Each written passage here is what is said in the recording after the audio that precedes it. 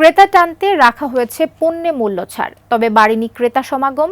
আর এদিকে ব্যবসায়ীরা বলছেন রাজনৈতিক অস্থিরতার প্রভাব পড়েছে বিপণী বিতানগুলোতে। মাহাদি সেকেন্দারের রিপোর্ট। কোটা সংস্কার আন্দোলনকে কেন্দ্র করে দেশব্যাপী ঘটেছে সহিংস ঘটনা। পরিস্থিতি বিবেচনায় কারফিউ ও সাধারণ ছুটিতে বন্ধ ছিল রাজধানীর বিপণী বিতানগুলো।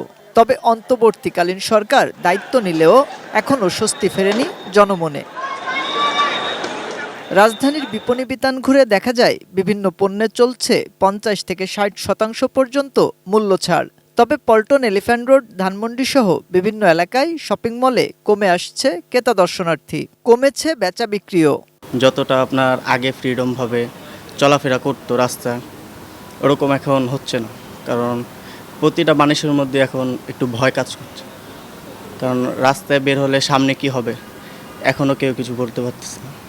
আর তুলনামূলক এখন কাস্টমার একটু কম, যেমনটা আর কি হওয়া দরকার এখন ওরকমটা না। 100% কপার কন্ডেন্সারে তৈরি ভিশন ফ্রিজ, তাই গুণে মানে অটুট থাকে বছরের পর বছর। ড্রেসের উপর 10% ডিসকাউন্ট দেওয়া হয়েছে। আর এমনি ব্রুজ যত যাই দাম আছে এখন সবগুলো ব্রুজে 250 টাকা করে দেওয়া হয়েছে। লোকজন আসে না, রাস্তাঘাটে বাইরে হয় না, অনেক 80% কমে গেছে, 20% আছে সেল।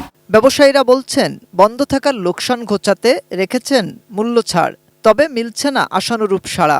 বাজার যে খারাপ, এই জন্য আমরা প্রতিটি পণ্যের উপরে ছাড় দিয়েছি ক্রেতা সাধারণকে আকৃষ্ট করার জন্য, এবং আমরা বিশ্বাস করি যে খুব সহসাই আমাদের এই সমস্যার সমাধান হবে।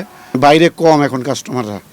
আগে দেখা যেত যে আমরা যদি প্রতিদিনে 20টা কাস্টমার পাইতাম, এখন হয়তো দেখা যায় 2-3টা কাস্টমার পাই। এই হচ্ছে আমাদের বর্তমান সামগ্রিক ব্যবসার অবস্থা। জনমনে স্বস্তি ফিরলে ক্রেতা খরার ধাক্কা কাটিয়ে ওঠার আশাও তাদের। মাহাদি সেকেন্দার, এটিএন নিউজ, ঢাকা।